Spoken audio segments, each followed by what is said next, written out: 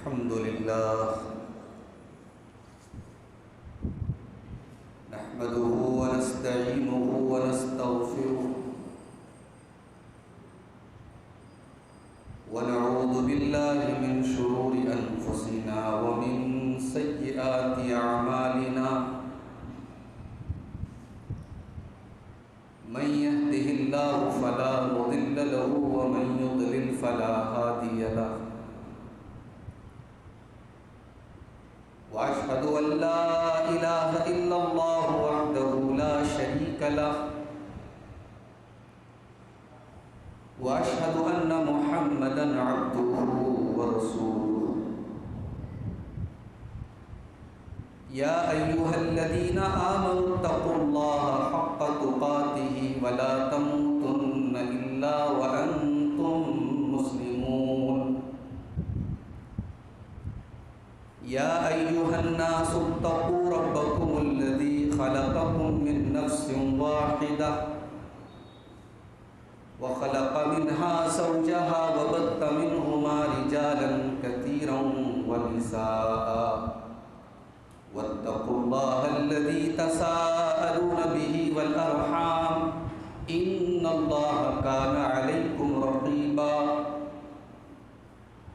يا أيها الذين آمنوا اتقوا الله وقولوا قولا سديدا يصلح لكم أعمالكم ويغفر لكم ذنوبكم ومن يطع الله ورسوله فقد فاز فوزا عظيما أما بعد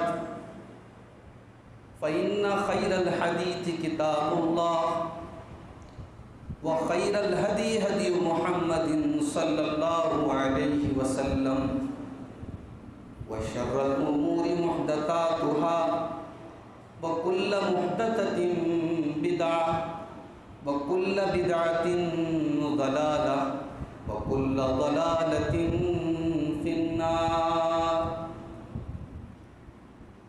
أعوذ بالله من الشيطان الرجيم بسم الله الرحمن الرحيم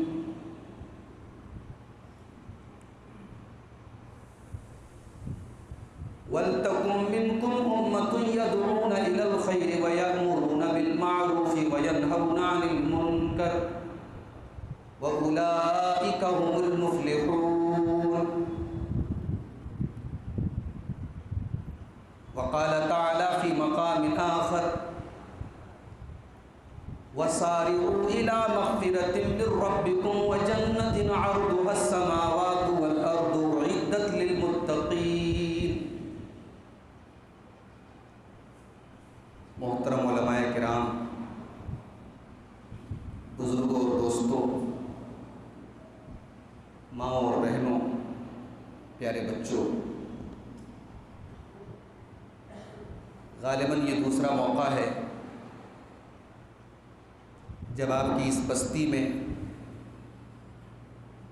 اس پروگرام میں جو جمعیت شبان القریہ کی طرف سے ہر مہینے تزکیہ نفس کے نام سے ہوتا ہے، آج ایک مرتبہ پھر اس مجلس میں آپ کے سامنے حاضر ہونے کا موقع مل رہا ہے۔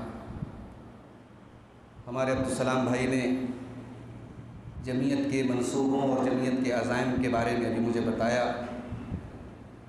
بڑی اچھی چیزیں ہیں، بڑے اچھے مقاصد ہیں۔ اللہ کرے کہ ان مقاصد کو ہم سب مل کر کے پورا کریں۔ اللہ ہمارے نوجوانوں کو توفیق دے کہ اس تنظیم سے جڑیں، اس جمعیت کا تعاون کریں اور اس کے دعوتی کاموں میں، سماجی کاموں میں، تعلیمی کاموں میں بڑھ چڑھ کر کے حصہ لیں۔ اللہ تعالی ہم سب کو اس کی توفیق عطا فرمائے۔ میرے بھائیوں، آج میں جس موضوع پر کچھ باتیں آپ کے سامنے رکھنا چاہتا ہوں وہ اس وقت ہمارے سماج کا بڑا اہم موضوع ہے، اور اس موضوع پر ہم سب کو واقعی میں غور کرنے کی ضرورت ہے۔ اور وہ موضوع کیا ہے؟ وہ موضوع ہے کہ ہمارے نوجوانوں میں، ہماری نئی نسل میں، چاہے وہ لڑکے ہوں چاہے وہ لڑکیاں ہوں، ہماری نئی نسل میں جو دین سے دوری ہے،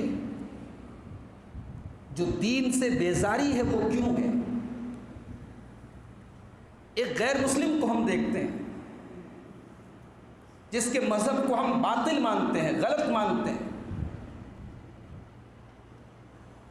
وہ اپنے مذہب کو لے کر کے حساس ہے۔ اس کے مذہب نے اس کو اگر کوئی پہچان، کوئی شعار، کوئی علامت دی ہے، وہ اپنی علامت پر فخر کرتا ہے ہر جگہ۔ دوسری طرف ہم اپنے مسلمان نوجوانوں کو دیکھتے ہیں، یہ داڑھی رکھنے میں شرماتے ہیں۔ مسلمان لڑکیاں جو گھر سے نقاب میں اور پردے میں نکلتی ہیں، اسکول اور کالج جا کر کے، کالج کے اور یونیورسٹی کے ماحول میں ان کا سارا نقاب اور پردہ ختم ہو جاتا ہے۔ یہ فرق کیوں ہے؟ ہمارا مسلمان نوجوان اپنے دین سے اتنا دور کیوں ہے؟ آج کی گفتگو میں ہم اس موضوع پر کچھ بات کریں۔ سب سے پہلی بات تو آپ یہ سمجھ لیجئے کہ یہ جو دین سے دوری ہے، یہ اللہ کے نبی کی پیشن گوئی ہے کہ قیامت کے پہلے ایک دور آئے گا جب لوگ دین سے دور ہو جائیں گے۔ صحیح مسلم کے الفاظ ہیں، اللہ کے پیارے حبیب فرماتے ہیں، بدا الاسلام غریبا وسیعود کما بدا غریبا فطوبى للغرباء۔ اسلام جب شروع ہوا تھا تو اجنبی تھا۔ اسلام کی شروعات اس حالت میں ہوئی تھی کہ اسلام پر چلنے والے دنیا کی نظروں میں عجیب لوگ تھے، اجنبی لوگ تھے۔ وَسَيَعُودُ كَمَا بَدَا غَرِيبًا، اور قیامت کے پہلے وہ دور پھر آئے گا کہ اسلام پر چلنے والا اجنبی بن جائے گا۔ نماز پڑھنے والے انگلیوں پر گنے جائیں گے، بے نمازیوں کی تعداد زیادہ ملے گی۔ بے پردہ مسلمان عورتیں کثرت سے ملیں گی اور پردہ کرنے والیوں کو تلاش کرنا پڑے گا۔ داڑھی رکھنے والے اور اپنے چہرے کو سنت کے مطابق ڈھالنے والے نوجوان چند ملیں گے، اور فیشن کے چکر میں غیر اسلامی حرکتوں میں مبتلا نوجوان زیادہ ملیں گے۔ پاک دامن اور گناہوں سے اور بدکاری سے اپنے آپ کو بچانے والے نوجوان بہت کم ملیں گے، اور بدکاری اور غلط کاموں میں ملوث نوجوان آپ کو زیادہ ملیں گے۔ اللہ کے نبی فرماتے وَسَيَعُودُ كَمَا بَدَا غَرِيبًا، اسلام پھر سے دنیا میں اجنبی بن جائے گا، اسلام پر چلنے والے دنیا کی نظروں میں اجنبی بن جائیں گے۔ تو جب وہ دور آ جائے گا تو اللہ کے نبی نے بڑی پیاری بات کی، آپ نے فرمایا فَطُوبَى لِلْغُرَبَاء، جب اسلام کے اوپر عمل کرنا مشکل ہو جائے، جب اسلام کے اوپر عمل کرنے والے اجنبی سمجھے جائیں، ان کو عجیب و غریب نظروں سے دیکھا جائے، فَطُوبَى لِلْغُرَبَاء، تو اے میری امت کے لوگوں، ان اجنبیوں کو خوشخبری سنا دو، ان اجنبیوں کو بشارت سنا دو جو دین پر عمل کرنے کی وجہ سے دنیا میں اجنبی مانے جاتے ہیں، ان کو جنت کی بشارت سنا دو، ان کو خوشخبری سنا دو۔ کیا بات ہے، مائک کچھ گڑبڑ ہے کیا؟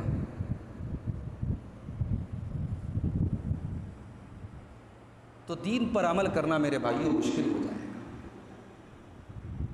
ایک اور حدیث اپنے سامنے رکھی، اللہ کے پیارے نبی جناب محمد الرسول اللہ صلی اللہ علیہ وسلم فرماتے ہیں، یاتی علی الناس زمان الصابر فیما لا دینہ کالقابض علی الجمر، او لوگوں تم پر وہ زمانہ بھی آنے والا ہے جب دین کے اوپر عمل کرنے والا، دین کے اوپر ثابت قدم رہنے والا، دین کے اوپر ڈٹا رہنے والا انسان ایسا ہو جائے گا کالقابض علی الجمر، جیسے اپنے ہاتھوں میں انگارہ لینے والا ہو۔ جس طریقے سے ہاتھوں میں انگارہ لینا مشکل کام ہے، اسی طریقے سے دین پر چلنا مشکل کام ہو جائے گا، دین پر ثابت قدم رہنا مشکل کام ہو جائے گا۔ تو وہ دور آج ہم اپنی آنکھوں سے دیکھ رہے ہیں۔ کیا بات ہے، کیوں مائک بیچ میں ڈسٹرب ہو جا رہا ہے؟ یہ کولر کی وجہ سے نہیں ہو رہا ہے؟ بھائیوں اس زمانے سے گزر رہے ہیں۔ دین پر عمل کرنا آزمائش بن چکا ہے، حرام کام کرنا فیشن بن رہا ہے، اور اپنے آپ کو حرام سے بچانے والا دنیا کی نظر میں فنڈامنٹلسٹ ہے، پسماندہ ہے، پچھڑا ہوا ہے، روڑی وادی ہے، قدامت پرست ہے، اس کو دنیا بھر کے تانے دیے جاتے ہیں۔ تو اس دور میں ہمارے لیے بہت بڑا چیلنج ہے کہ اپنے نوجوانوں کو ہم دین سے کیسے قریب کریں۔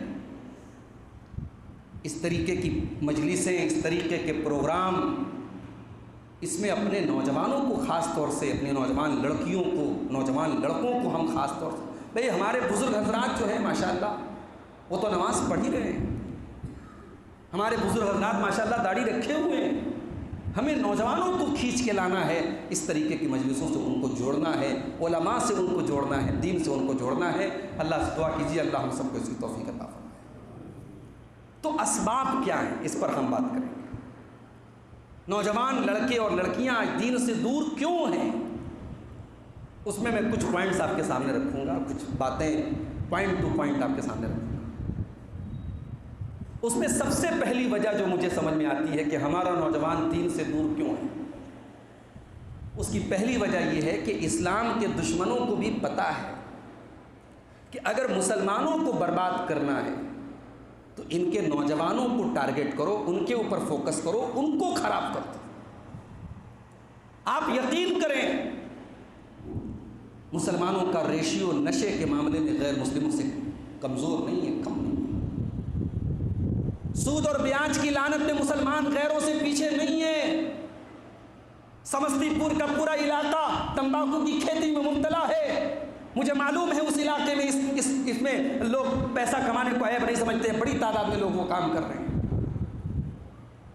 کتنے مسلمانوں کی بستیاں ہیں جہاں ڈرگس کا استعمال کیا جا رہا ہے، نوجوان لڑکوں کو مختلف قسم کے نشے میں ڈالا جا رہا ہے۔ نشہ صرف شراب کا نہیں ہوتا ہے، نشہ صرف ڈرگس کا نہیں ہوتا ہے، موبائل بھی ایک نشہ ہے۔ رات کو 2-2 بجے تک سوشل میڈیا میں مبتلا رہنا اور صبح فجر کی نماز گول کر دینا، یہ بھی ایک نشہ ہے میرے بھائی۔ اپنے جسم کو مضبوط بنا کر کے جسم کا غلط استعمال کرنا، یہ بھی ایک نشہ ہے۔ پورن سائٹس اور گندی سائٹوں کو دیکھ دیکھ کر کے جنسی مریض بن جانا، یہ بھی ایک نشہ ہے۔ اور اسلام کے دشمنوں نے آج ہمارے نوجوانوں کو، ہمارے بھائیوں کو، ہماری بہنوں کو ان تمام نشے کی لتوں میں ڈال دیا ہے۔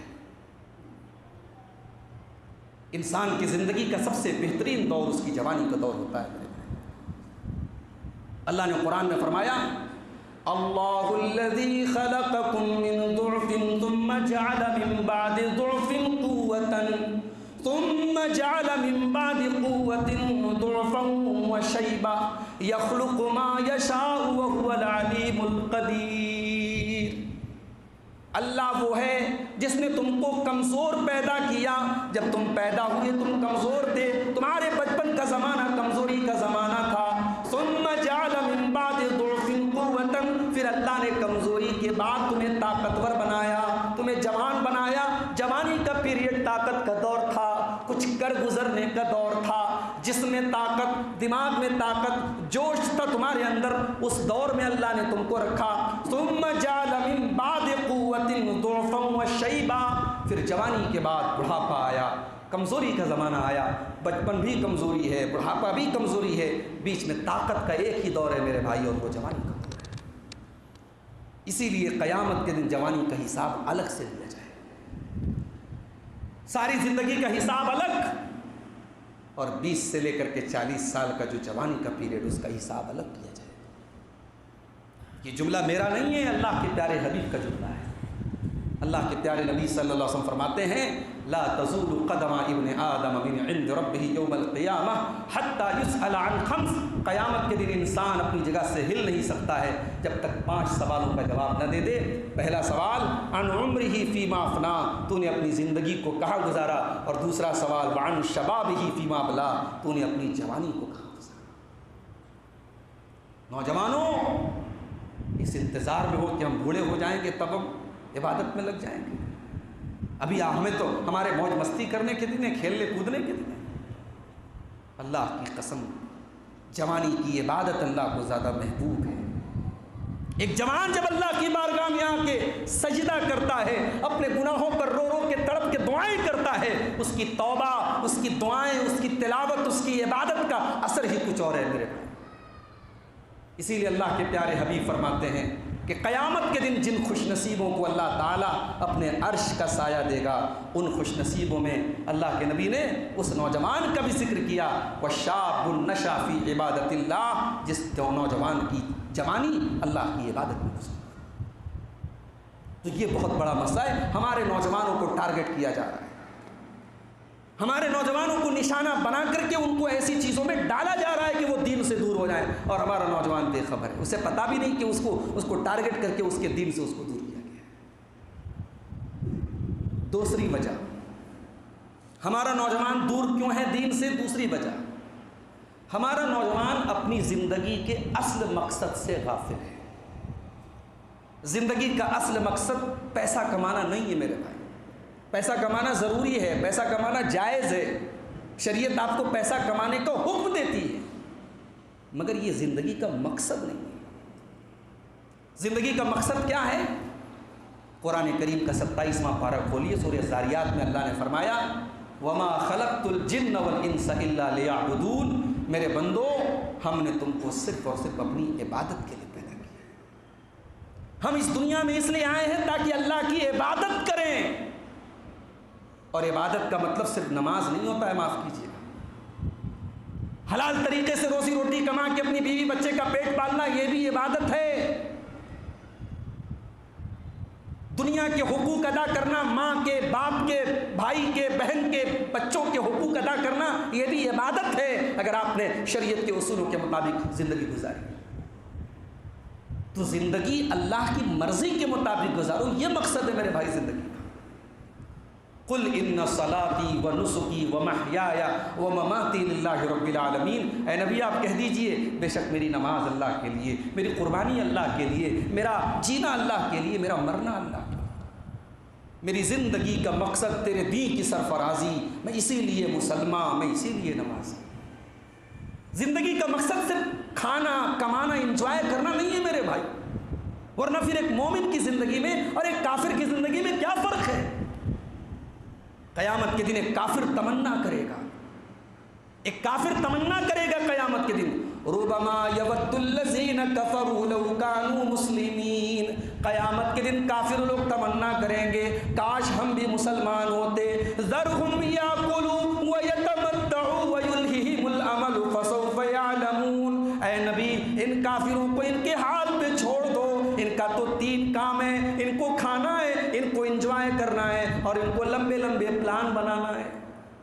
یہ کافر کی علامت اللہ نے بتائی تھی، کھانا ہے، انجوائے کرنا ہے، اور لمبے لمبے پلان بنانا ہے۔ یہ کام تو مسلمان کر رہا ہے آج، یہ کام تو مسلمان کر رہا ہے، اس کی سوچ اور اس کا ذہن دنیا کے آگے جاتا ہی نہیں، آخرت کے بارے میں سوچتا ہی نہیں۔ تو میرے بھائیو اپنی زندگی کے مقصد کو پہچانو، اللہ نے ہم کو صرف کھانے کمانے اور انجوائے کرنے کے لیے نہیں پیدا کیا ہے، یہ دنیا دارالامتحان ہے، اللہ ہمارا امتحان لے رہا ہے۔ اللہ نے 50 سال کی 60 سال کی جو زندگی ہم کو دی ہے، یہ اللہ ہمیں مہلت دے رہا ہے، اسی کے مطابق اللہ ہم کو بدلہ دے گا۔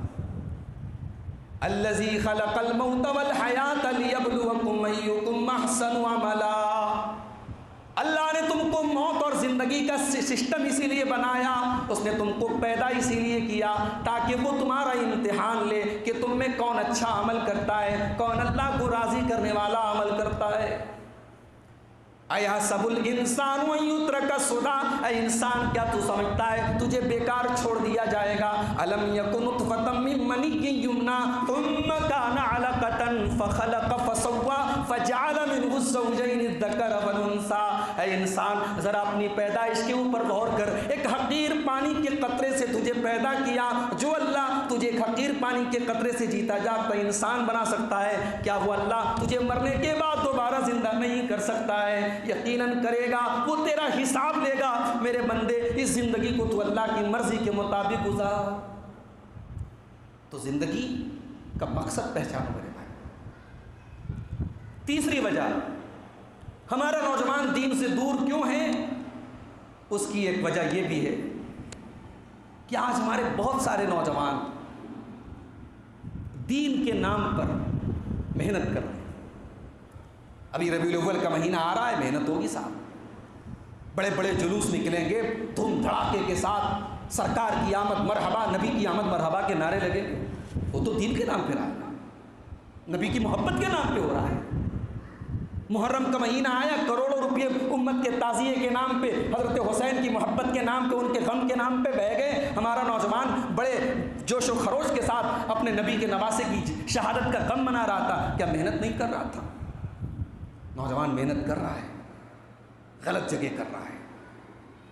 دین کے نام پر اس کی انرجی غلط جگہ لگ رہی ہے. اس نے اس منہج کو بھلا دیا ہے، اس ہائی وے کو بھلا دیا ہے. بھئی آپ کو بازط پور سے مظفر پور جانا ہو، بازط پور سے حاجی پور جانا ہو، اور آپ مین راستہ چھوڑ کر کے گاؤں کے ٹیڑے میڑے راستوں سے جو کہیں آپ کو اور لے کے جاتے ہوں، تو ظاہر ہے کہ آپ اپنی منزل تک تو نہیں پہنچ سکتے. اور دنیا میں تو شاید ٹیڑے میڑے راستوں سے بھی آپ تھوڑا ٹائم لگے گا، اپنی منزل پر پہنچ جائیں گے. مگر نبی نے ہم کو جو ہائی وے دیا ہے وہ تو سنگل راستہ ہے جنت کا، اس کا کوئی شارٹ کٹ نہیں ہے. نبی نے کیا فرمایا؟ ترکتکم علی البیضاء لیلھا کنہارھا. اے میری امت کے لوگوں، میں نے تم کو ایک ایسے راستے پر چھوڑا ہے جو بالکل واضح، بالکل سفید راستہ ہے، بالکل کلیئر راستہ ہے. لیلھا کنہارھا، اور 24/7 وہ راستہ بالکل کلیئر ہے، رات بھی دن کی طرح روشن ہے. میرے شریعت کے راستے پر، میرے بتائے ہوئے راستے پر تم کو کبھی کوئی پریشانی نہیں آئے گی. لا یزیغ عنہا بعدی الا ہالک. میرے ہائی وے کو چھوڑو گے، میرے طریقے کو چھوڑو گے تو ہلاک ہو جاؤ گے. نبی کے ہائی وے کو ہم نے چھوڑ دیا، نبی کے منہج کو چھوڑ دیا. آج کتنا اختلاف ہے امت کے اندر. ایک گاؤں میں 4 مسجدیں ہیں، اور ایک مسجد والا دوسری مسجد والے کو نماز پڑھتا ہوا اگر اپنی مسجد میں دیکھ لے تو برداشت کرنے کو تیار نہیں ہے. کہیں کہیں تو مار کے بھگا بھی دیا جاتا ہے. اختلاف ہے میرے بھائی، اختلاف کا حل بھی بتا کے گئے ہیں اللہ کے نبی. آپ نے فرمایا انہ من یعش منکم بعدی فسیری اختلافا کثیرا. جو تم میں سے میرے بعد زندہ رہے گا وہ بہت اختلاف دیکھے گا. جب اختلاف بہت زیادہ دیکھے گا تو کیا کرنا ہے؟ اختلاف میں اپنی اپنی ڈفلی نہیں بجانا ہے، اپنی اپنی بانسری نہیں بجانا ہے، اپنے اپنے طریقے پر نہیں چلنا ہے. علیکم بسنتی وسنت الخلفاء الراشدین المہدیین. تم میری سنت کو تھام لینا، اور جس طریقے سے میرے خلفاء راشدین میری سنت پر چلتے رہیں گے تم بھی اسی طریقے سے چلتے رہنا. تمسکوا بہا وعضوا علیہا بالنواجذ. میری سنت کو مضبوطی سے پکڑ لینا، جیسے ڈاڑ کے دانتوں سے کوئی چیز مضبوطی سے پکڑی جاتی ہے. تم بھی میرے دین کو، میری شریعت کو، میری سنت کو پکڑ لینا. ہمارا نوجوان آج دین سے دور ہے. اس کی ایک وجہ یہ بھی ہے میرے بھائی کہ دنیا کمانے کے چکر میں، دنیا کو پانے کے چکر میں ہمارا نوجوان اس حد تک جا چکا ہے کہ آخرت اس کی زندگی میں نہیں ہے. ہماری زندگی میں صرف دنیا ہے. بھئی ہماری شریعت یہ نہیں کہتی ہے کہ آپ دنیا مت کمائیے. ہمیں قرآن کریم میں سب سے بہترین دعا کیا سکھائی گئی؟ ربنا آتنا فی الدنیا حسنۃ وفی الآخرۃ حسنۃ وقنا عذاب النار. پروردگار ہم کو دنیا کی بھلائی بھی عطا فرما، آخرت کی بھلائی بھی عطا فرما، جہنم کے عذاب سے ہم کو بچا لے. یہ سب سے جامع دعا قرآن میں ہمیں سکھائی. ہم تو دنیا کی بھلائی مانگتے اللہ سے. اللہ کے نبی دعا کیا کرتے تھے، اے اللہ تو دنیا میں مجھ کو اتنی بھلائی عطا فرما جو میرے لیے دنیا میں کافی ہو جائے. ہم دعا کیا کرتے تھے. تو دنیا کمانا برا نہیں ہے، لیکن دنیا میں اس قدر غافل ہو جائے کہ آدمی آخرت کو بھول جائے. اس کی زندگی کا ٹارگٹ صرف دنیا ہو. نہیں، ٹارگٹ نہیں بنانا ہے دنیا. پیسہ کماؤ مگر پیسہ کمانے کو ٹارگٹ مت بناؤ. اچھے مکان میں زندگی گزارو مگر اسے زندگی کا مقصد مت بناؤ. اپنے نبی سے سیکھو میرے بھائی. ایک مرتبہ حضرت عمر فاروق رضی اللہ تعالیٰ اللہ کے نبی کے کمرے میں آئے. بخاری کے الفاظ ہیں. ہائے ہائے، نبی کا کمرہ بھی کیسا کمرہ تھا. ہمارے ہاں تو ماشاءاللہ ڈیکوریشن پر بھی کروڑوں روپے خرچ ہوئے. ابھی ایک صاحب کے مکان میں اندور میں پروگرام تھا میرا، بڑا شاندار مکان انہوں نے بنایا تھا.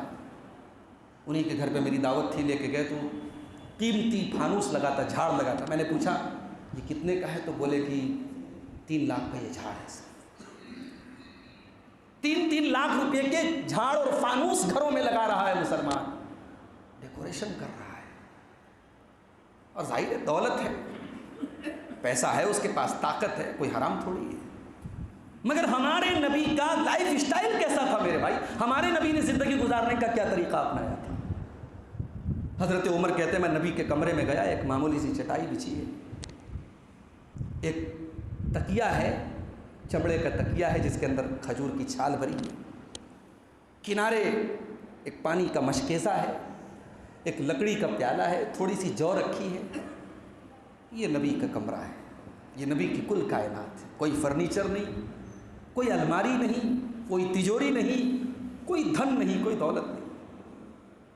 حضرت عمر فاروق کی آنکھوں میں آنسو آ گئے، اے اللہ کے نبی، قیصر و کسریٰ، روم کا بادشاہ، ایران کا بادشاہ اپنے محلوں میں بہترین بستروں پہ سوئے، اور اللہ کا آخری نبی، ہمارا محبوب نبی، اس نے اتنی سمپل، اتنی سادہ، اتنی پریشانی والی زندگی گزاری۔ حضرت عمر رونے لگے۔ یہ صحابہ اپنے نبی سے کتنی محبت کرتے تھے میرے، ہم تصور نہیں کر سکتے۔ ان کا بس چلے تو اپنا کلیجہ کاٹ کے رکھ دیں۔ کہا اے اللہ کے نبی یہ کیوں کہ قیصر و کسریٰ تو عیش و آرام سے رہیں اور آپ ہی اتنی پریشانی کی زندگی گزاریں؟ اللہ کے نبی نے فرمایا یا ابن الخطاب اما ترضى ان تكون لهم الدنيا وتكون لنا الاخرہ۔ اے خطاب کے بیٹے عمر، کیا تو نہیں چاہتا قیصر و کسریٰ کو دنیا مل جائے اور تیرے نبی کو اور تجھے آخرت کی نعمتیں مل جائیں؟ کیا تو نہیں چاہتا؟ ایک مرتبہ آپ چٹائی پہ لیٹے تھے، پیٹھ پہ چٹائی کے نشان پڑ گئے، صحابہ کی نظریں پڑی، اے اللہ کے نبی آپ ہمیں حکم دیں، ہم آرام دہ گدے کا انتظام کر دیں، آپ آرام سے سویا کریں، چٹائی پر آپ سوتے ہیں، آپ کی پیٹھ پر نشان پڑ گئے۔ آپ نے فرمایا ما لی ولی الدنیا، اے میرے صحابہ میں دنیا کما کے، دنیا بنا کے، دنیا کا عیش و آرام حاصل کر کے کیا کروں گا؟ ما انا الا کراکب، میں تو دنیا میں ایک مسافر کی طرح ہوں۔ استظل تحت شجرۃ، جو کسی پیڑ کے نیچے آرام کرنے کے لیے لیٹتا ہے، ثم راح فترکها، اور تھوڑی دیر آرام کرنے کے بعد پھر اپنی منزل کی طرف چلا جاتا ہے۔ یہ دنیا میری آرام گاہ ہے، وقتی طور پر میرے ریسٹ کرنے کی جگہ ہے، یہ دنیا میری منزل نہیں ہے۔ میرے صحابہ میری منزل آخرت ہے۔ یہ مزاج دیا تھا ہمارے نبی نے، ہم نے کیا بنایا؟ بھئی آج بھائی کا حق کیوں مار رہا ہے؟ کیونکہ اسے آخرت کا ڈر نہیں ہے۔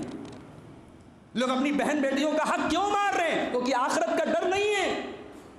لوگ کاروبار میں چوری کیوں کر رہے ہیں؟ کیونکہ آخرت کا ڈر نہیں ہے۔ لوگ سود اور بیاج خود کھا رہے اور اپنے بچوں کو کھلا رہے کیوں؟ کیونکہ آخرت کا ڈر نہیں ہے۔ میرے بھائی اس دنیا کی زمین، جائیداد، دولت، پراپرٹی سب یہیں رہ جانی ہے۔ قبر میں نا سب کچھ چھوڑ کے آپ کو جانا ہے، اور آپ کے بچے، آپ کے گھر والے مٹی دے کے ہاتھ چھاڑ کے چلے جائیں گے کہ بس ساتھ دے دیا ہم نے آپ کا، نہلا دیا، کفنا دیا، دفنا دیا، اب یہاں سے آپ جانیں، آپ کے اعمال جانیں۔ اس لیے دنیا کے پیچھے میرے بھائی ہم اتنے مبتلا نہ ہو جائیں کہ آخرت کو بھول جائیں۔ اور یہ خطرہ تھا اللہ کے نبی کو اپنی امت کے بارے میں۔ ایک مرتبہ آپ نے صحابہ سے فرمایا مل فقر اخشى علیکم ولكن اخشى علیکم ان تبسط علیکم الدنیا کما بسطت علی من کان قبلکم۔ اے میرے صحابہ مجھے اس بات کا ڈر نہیں ہے کہ تم فقیر اور غریب ہو جاؤ گے۔ اے میری امت کے لوگوں مجھے اس بات کا ڈر نہیں ہے کہ تم فقیر ہو جاؤ گے، تم غریب ہو جاؤ گے، بلکہ اس بات کا ڈر ہے کہیں دنیا تمہارے لیے پھیلا نہ دی جائے، کہیں دنیا تم پر کشادہ نہ کر دی جائے اور تم دنیا کے فتنے میں نہ پڑ جاؤ اور دنیا کے پیچھے پڑ کر کے ایک دوسرے کے دشمن نہ بن جاؤ، ایک دوسرے کو سے لڑنے نہ لگو، ایک دوسرے کو ہلاک نہ کرنے لگو۔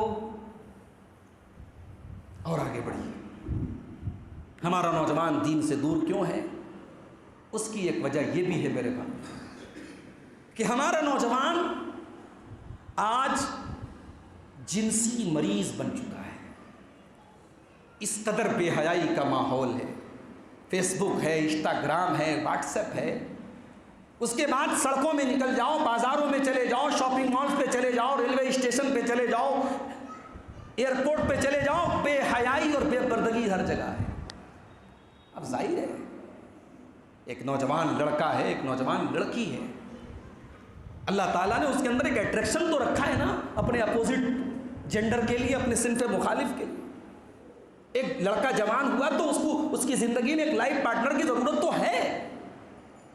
اسلام نے انسان کے اندر پائے جانے والے اس جذبے کو دبایا نہیں ہے، کچلا نہیں ہے، اسلام نے اس کو صحیح دشا دی ہے۔ اسلام نے کہا لڑکا جوان ہو گیا، لڑکی جوان ہو گئی، شادی کر دو بھائی، اور وہ شادی کرو جس میں کوئی جہیز کا چکر نہ ہو، وہ شادی کرو جس میں بارات کی کوئی قید اور شرط نہ ہو، وہ شادی کرو جس میں کوئی رسم و رواج کی زنجیریں نہ ہو، سمپل شادی جو نبی کے دور میں ہوتی تھی، صحابہ کرتے تھے۔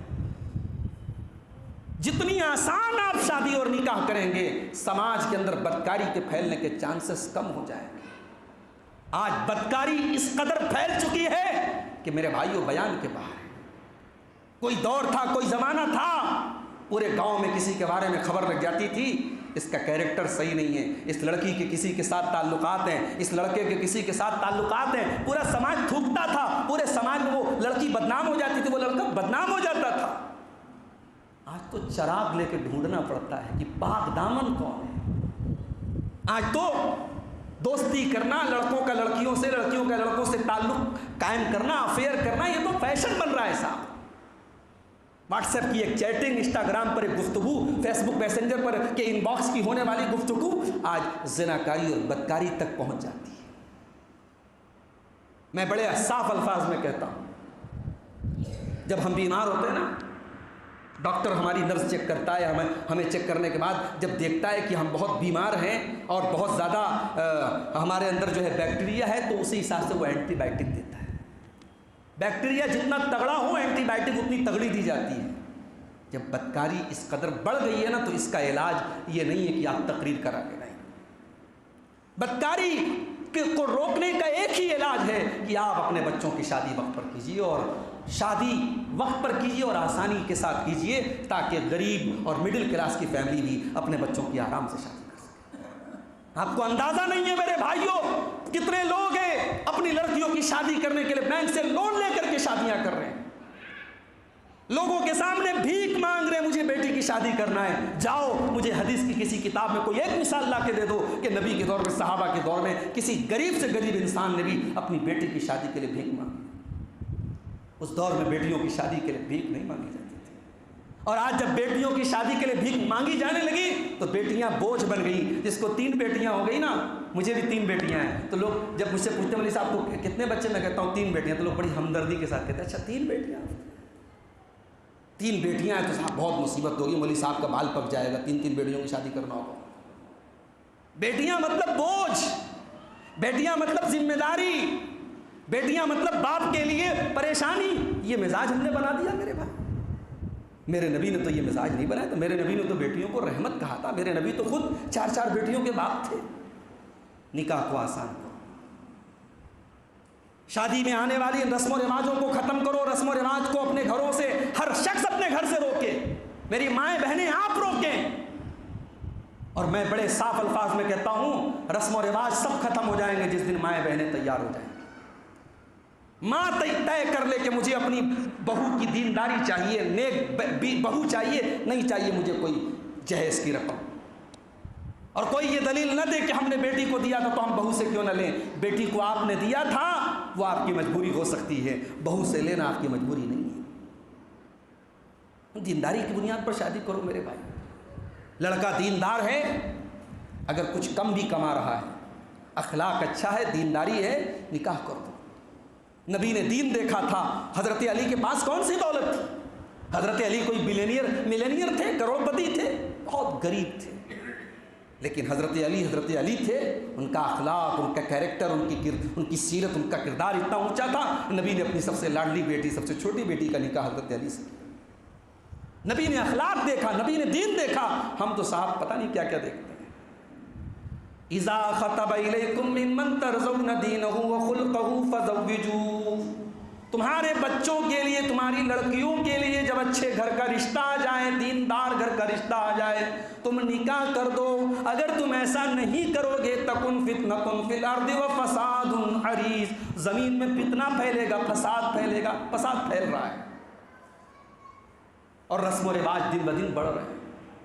پہلے تو صرف صاحب لڑکی کی شادی پہ کھانا ہوتا تھا، اب تو منگنی کی الگ رسم ہو رہی ہے، اس کے بعد شادی کی تاریخ طے ہو رہی ہے، اس پر الگ دعوت ہو رہی ہے، اس کے بعد شادی کے 2-4 دن پہلے ہلدی کی ایک سیریمنی ہوتی ہے، ہلدی کا فنکشن ہوتا ہے، گھر کی ساری لڑکیاں ہلدی کلر کے کپڑے پہنتی، پیلے کلر کے. جا کے انٹرنیٹ پر سرچ کیجئے کہ یہ ہلدی کی رسم کہاں سے ہے. یہ ہمارے غیر مسلم بھائیوں، کیا ہلدی جو ہے یہ پوترتا کی اور شبھ اوسر کی نشانی مانی جاتی ہے، ہلدی میں برکت پائی جاتی ہے ان کے یہاں سے یہ رسم ہمارے یہاں ہے. حالانکہ ہلدی میں چلو ٹھیک ہے، ڈاکٹر لوگ بتاتے ہیں میڈیکلی بھی بدن کے لیے، انسان کے جسم کے لیے کچھ فائدے ہیں، اس مقصد کے تحت آپ ہلدی لگا لیں، وہ الگ مقصد ہے، لیکن آپ ہلدی کو ایک رسم بنا لیں، اس پر فنکشن کریں، دعوت کریں، یہ کون سا طریقہ ہے میرے بھائی؟ نبی نے ہر اس رسم کو توڑا ہے جو رسم سماج کے لیے بوجھ بن جائے، جو رسم شریعت سے ٹکراتی ہو. رسم و رواج والے مسلمان مت بنو میرے بھائی، قرآن و سنت والے مسلمان بنو.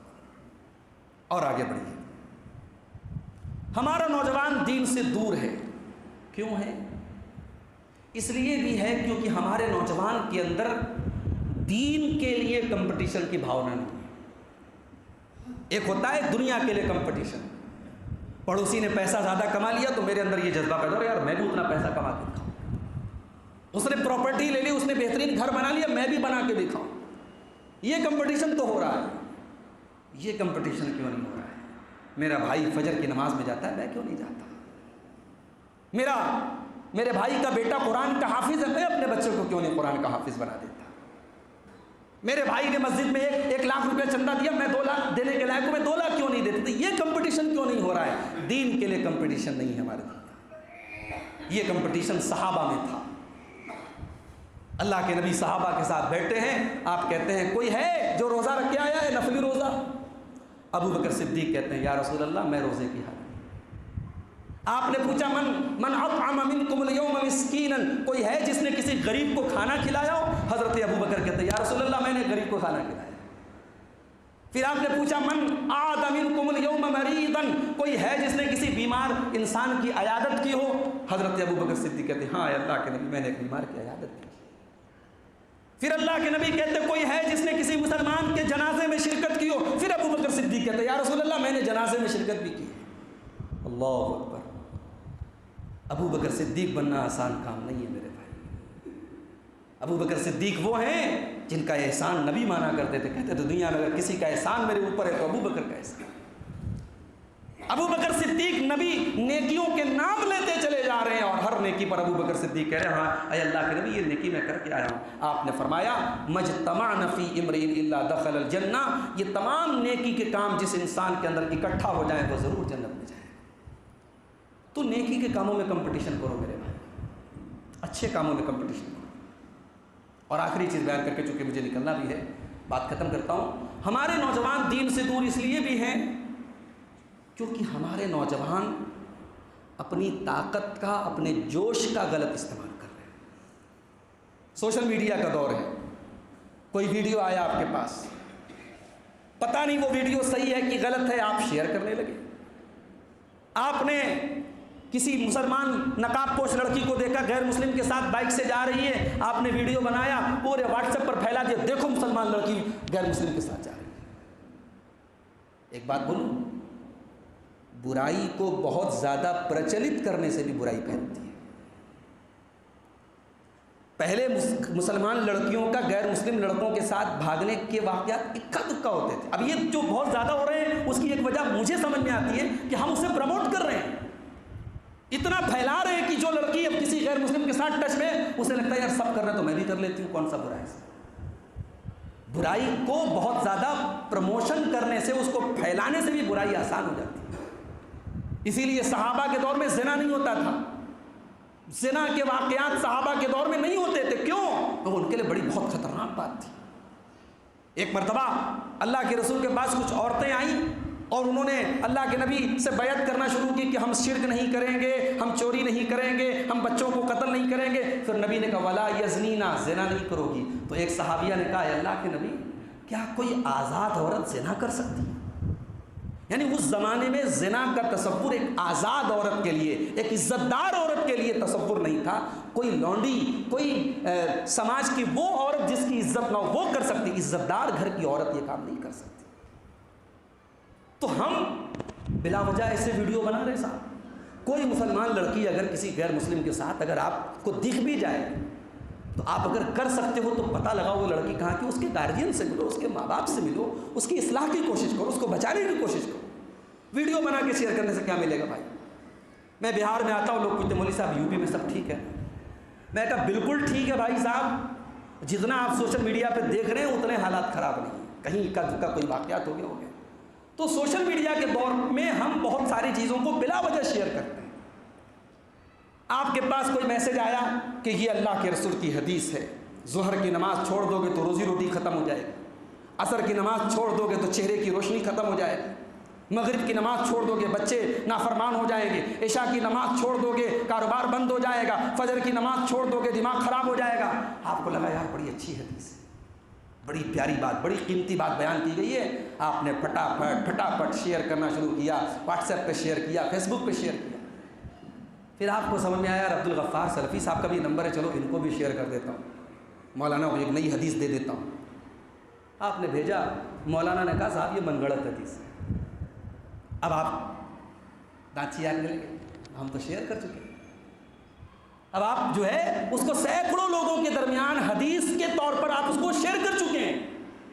اب آپ سوچئے کتنا بڑا گناہ کا کام آپ نے کر دیا۔ اللہ کے نبی نے فرمایا من کذب علی متعمدا فلیتبوأ مقعدہ من النار، جس نے میری طرف کوئی غلط بات منسوب کی وہ اپنا ٹھکانہ جہنم میں بنا لے۔